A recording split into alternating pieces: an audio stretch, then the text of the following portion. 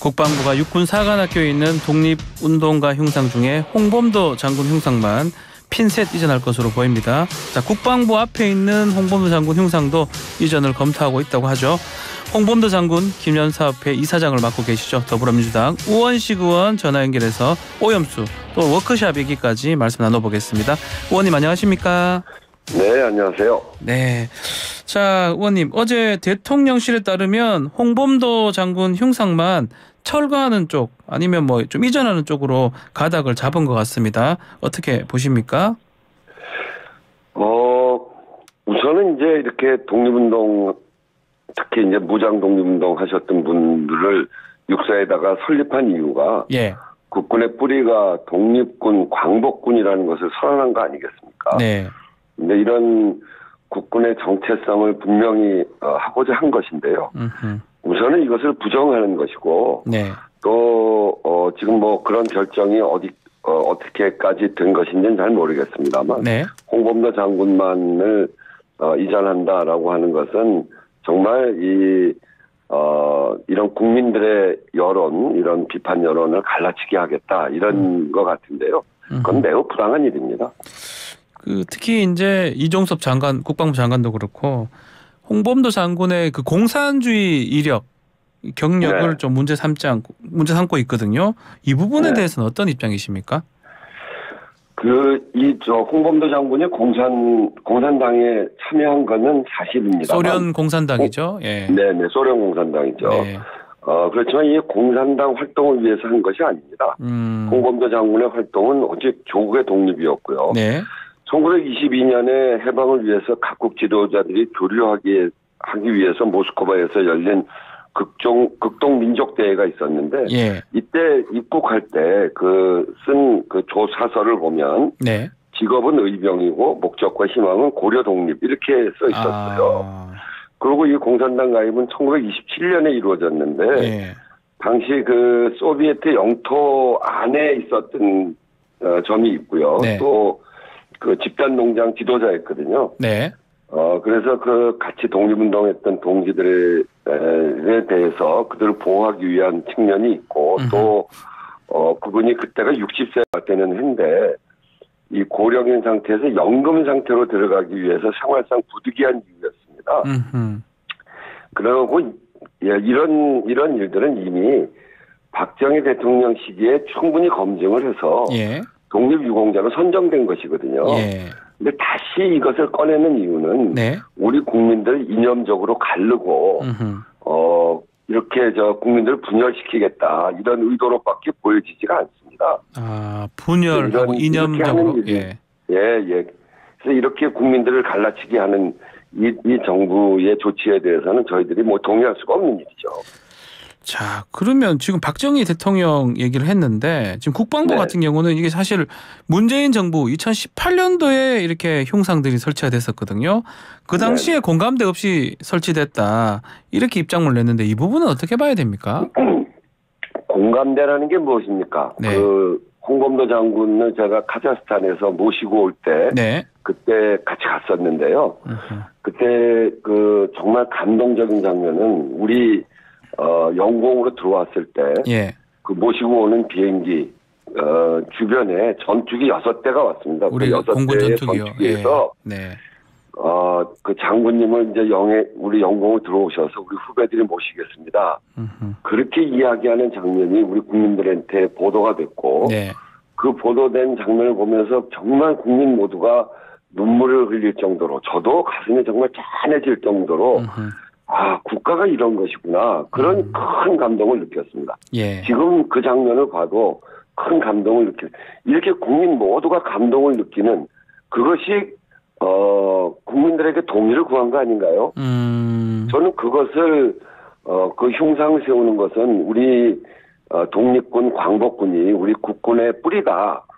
임시정부가 우리나라 우리 정부의 법통이다 이야기한 헌법적 정신에 기초하고 있는 것이고 독립군 광복군이 우리 국군의 뿌리라고 하는 것은 바로 그 헌법적인 가치 위에 있는 것입니다. 이것을 무시하는 것이거든요. 그리고 그 큰 국민적 감동을 동의를 받지 않았다고 하는 억지 주장을 하는 것이고요. 그런 지금 윤석열 정부의 이런 몰같이 반헌법적인 태도에 대해서 국민이 정말 분개하고 있는 것입니다. 자, 국방부에서는 백선엽 장군 흉상 얘기 검토하지 않는다 밝히긴 했는데 백선엽 장군 얘기는 계속 나오는 것 같습니다. 이유가 뭡니까? 글쎄, 그건 뭐 제가 얘기하기보다는 네. 이종찬 광복회장이 공개 서한을 통해서 네. 말씀하신 게 있죠. 이 백선엽 장군과 이런 독립 전쟁에 종사하셨던 분들을 비교하는 것은 적절치 않다. 이 5분의 영웅은 일신의 영달이 아니라 처음부터 나라를 찾기 위해서 생명을 걸고 시작한 분들이기 때문에 네. 비교의 대상이 되지 않는다. 이렇게 얘기하신 것을 지금 말씀에 대한 답변으로 대신하겠습니다. 자, 뭐 일단 지금 말씀하신 이종찬 광복회장은 이 국방부 장관 퇴진을 요구하기도 했습니다. 민주당 차원에서는 앞으로 어떻게 대응을 하는 겁니까? 민주당 차원뿐 아니라 네. 그냥 민주당도 국민 속에 있는 것이기 때문에요. 국민들 안에서는 이렇게 독립운동을 좌우로 가르고 또 독립전쟁이라고 하는 아주 그 숭고한 가치. 네. 이 프랑스가 독일 치하에 있을 때 그때 했던 레지스탕스 활동을 그렇게 강조하지 않습니까? 총 들고 식민지 시대에 총 들고 싸운 역사가 있느냐 없느냐에 따라서 그 나라가 진짜 독립할 의지가 있는지 없는지 이것을 가름하는 그 기준입니다. 예. 그래서 무장 독립투쟁을 그래서 강조하는 것이고 그 역사를 제대로 살려야 한다는 것인데 네. 이것을 훼손하는 일에 대해서 그 분노하는 국민과 함께 민주당은 이것을 막아내기 위한 그 일에 총력을 다할 것입니다. 자, 후쿠시마 오염수 얘기도 좀 해보겠습니다. 자, 당 오염수 해양투기 저지 총괄대책위원장 맡고 계시죠? 네네. 일본에 지난 주말 다녀오셨던데 현재 분위기는 어떻습니까? 네, 그 현지에서 보니까 일본의 시민사회 야당의 분노가 굉장히 크더라고요. 네. 첫 번째는 일본 정부가 그동안 일본 어민과 합의가 되지 않으면 방류수를 흘리지 않는다 이런 약속을 했거든요. 아하. 그런데 일본 어민단체가 끝까지 방류수 흘리는 거에 대해서 동의하지 않았는데 그걸 일방적으로 흘렸단 말이죠. 네.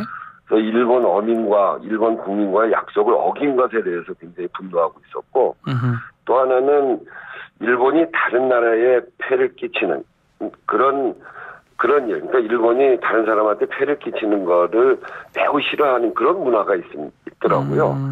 그런데 다른 나라에 폐를 끼치는 민폐 국가, 불량 국가가 되어 있다는 점에 대해서 정말 크게 자존심 상해하는 네. 그런 모습이었습니다. 제가 일본의 자존심을 다시 세우는 일은 일본 오염수 투기의 즉각적 중단이다 이렇게 얘기하니까 정말 크게 박수를 치더라고요. 우리 대통령실 또 우리 정부가 방류 찬성도 지지도 아니다고 하는 부분 어떻게 이야기하던가요? 일본 쪽에서는? 일본 쪽뿐 아니라 뭐 저도 그렇게 얘기하고 예. 의원들하고 얘기하면서도 그런 얘기를 했는데 또 그런 얘기 듣기도 하고 대개는 지금까지 그동안 해왔던 윤석열 정부의 태도로 보면 예. 그렇게 말하는 거는 참으로 낯뜨거운 일이죠. 마치 술 먹고 운전해놓고 음주운전 아니다 이렇게 얘기한 건 뭐가 다릅니까? 정말 부끄러운 줄 알아야 되는데 예. 광복절 축사에서 윤석열 대통령이 일본을 공동이익을 추구하는 파트너라고 말해왔는데 이런 상황에서 묵인하는 거 그거는 공조 지지 그렇게밖에 볼 수 없지 않습니까?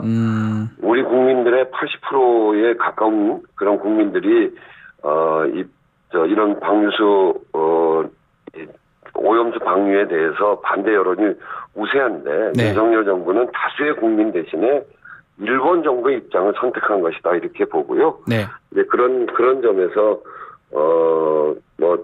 저희로서는 일본 국민에 대해서 일본 국민은 기시다 정부의 잘못을 그리고 한국 정부는 윤석열 정부의 잘못을 바로잡는 게 한일연대가 할 일이다.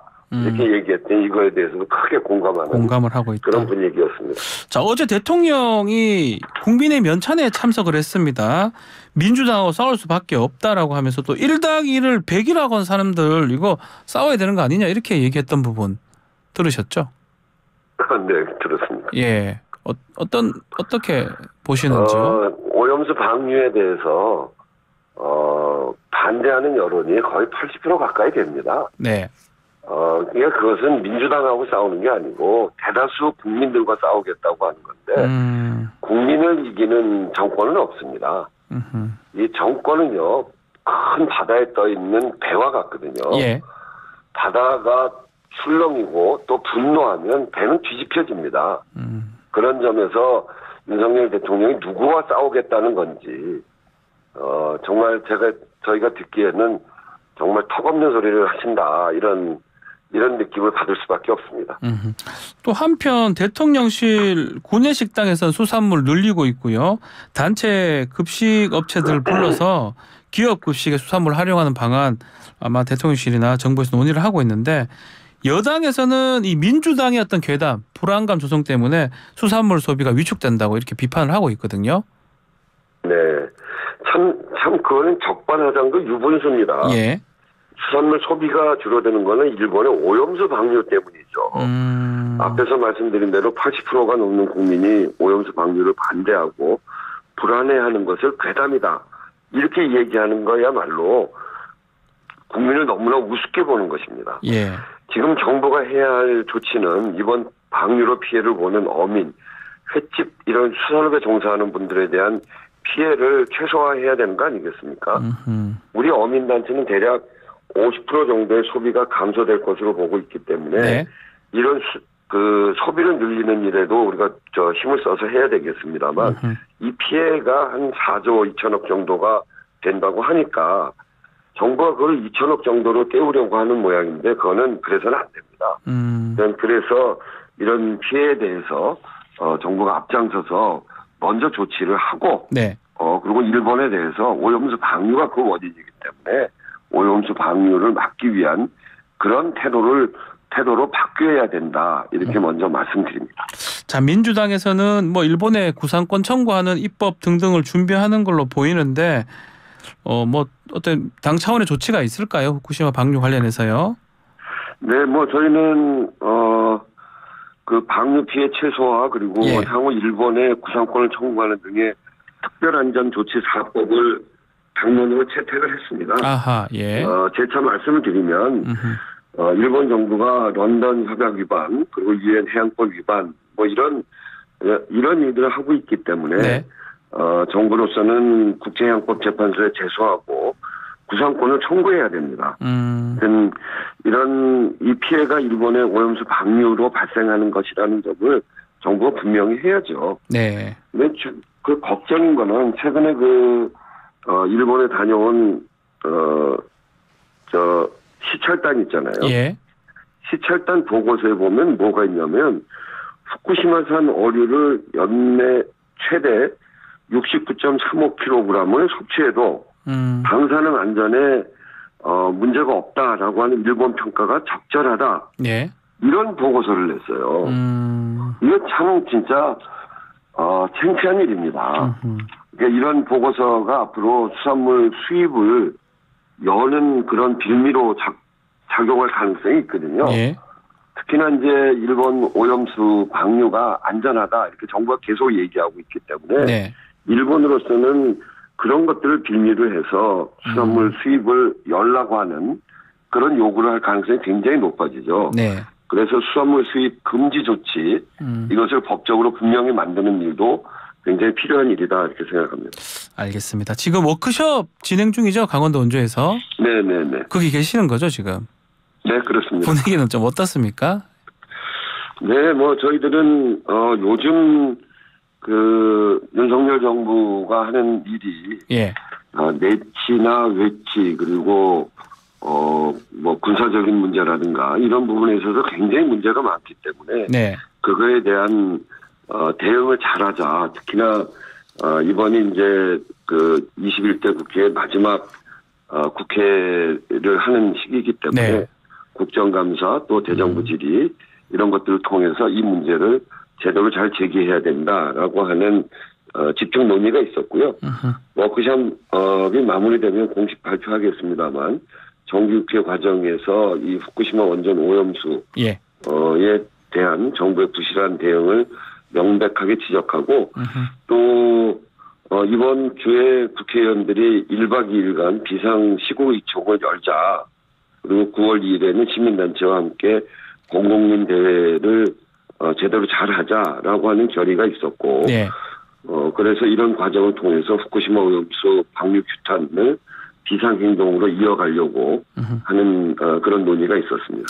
자, 이재명 대표 거취 문제도 있었다고 지금 좀 알려져 있는데 그 얘기도 구체적으로 많이 나왔나요? 아니요, 뭐 그렇지는 않고요. 예. 일부 의원이 그런 얘기를 했는데 인당수라는 표현도 나왔다고 하더라고요. 네? 어젠가요? 인당수. 심청이 그러니까 인당수. 서른 의원 한 분이 그런 얘기를 잠깐 했는데 서른 의원 혼자서 예, 국회의원 전체는 예. 지금은 그런 얘기를 할 때가 아니고 아하. 윤석열 정부의 이 폭정에 대해서 민주당이 단합해서 잘 문제를 지적하고 네. 그런 방향으로 가지 않도록 하는 것이 우리 제1당으로서의 민주당이 해야 될 일이다라고 하는 점을 분명하게 단합된 모습으로 만들어냈다 이렇게 저희는 생각합니다. 지금 뭐 사법 방해 이런 관련된 수사까지 지금 이루어지고 있잖아요. 네. 다른 의원들에 대해서. 그래서 이거는 체포동의안 좀 부결을 당론으로 하자 이런 제안도 있었던 걸로 알고 있는데 요거에 대한 구체적인 논의가 좀 진전이 됐습니까? 아니 뭐 그런 얘기는 전혀 없었고요. 예. 어제는 주로 이제 원내 대응 이번 이제 대정부질이 국정감사가 이루어지는 정기국회에 들어가는 100일간의 정기국회에 들어가는 것이기 때문에 예.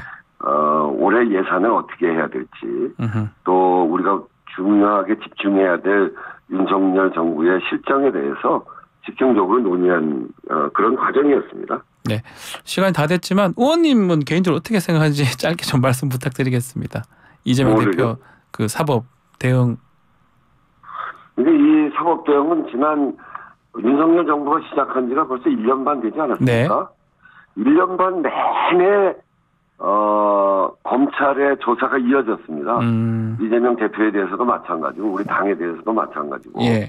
그 과정에 전에는 그래도 최소한의 균형을 맞춘다고 여당에 대한 조사도 했는데 지금은 그런 것도 전혀 없잖아요. 그러니까 첫째는 야당 탄압을 이제는 알겠습니다. 이런 방식으로 하는구나라고 예. 하는 것이고요. 또 하나는 우리의 잘못이 있으면 그 잘못이 드러나는 대로 당당하게 조사를 받으면 되는 일이고요. 알겠습니다. 근데 이걸 통해서 야당을 분열시키고 예. 또 탄압을 통해서 자신들의 폭정을 알겠습니다. 예. 회피하려고 하는 것은 안 된다. 저는 그렇게 생각합니다. 예. 오늘 말씀 여기까지 듣겠습니다. 감사합니다. 네, 감사합니다. 우원식 의원과 함께했습니다.